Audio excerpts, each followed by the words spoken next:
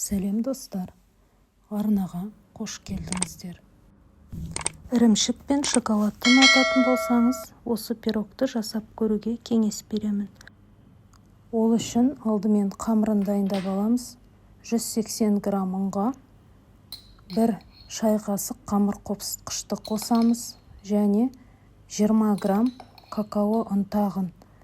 Ол шамамен 4 шай қасықтай. Осылардың барлығын қосып, жақсылап араластырып аламыз. Енді үстіне 1 жұмыртқаны, 150 грамм қантты және 100 грамм ерітілген сары майды қосып, қолға жабыспайтындай жұмсақ қамыр илеп аламыз. Дайын болған қамырды пакетке салып, шетке қоя тұрамыз. Ендігі кезекте салмасын дайындайтын боламыз.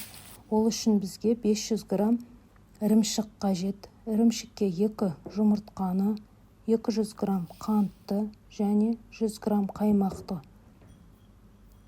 қосып, үстіне жарты ас қасық кукурузный крахмал салып, барлық массаны біркелкі болғанша араластырып аламыз.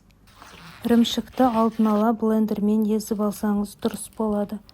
Енді қамырын жайып, дайын болған салмасын құйып 170 градуста 40 минут пісіріп аламыз. Пирогты бөлме температурасында суытып алып, ганаш әзірлейтін боламыз. Ол үшін 100 грамм шоколад пен 100 грамм сары майды микроволновкада ерітіп алып, осылай бетіне құйып шығамыз.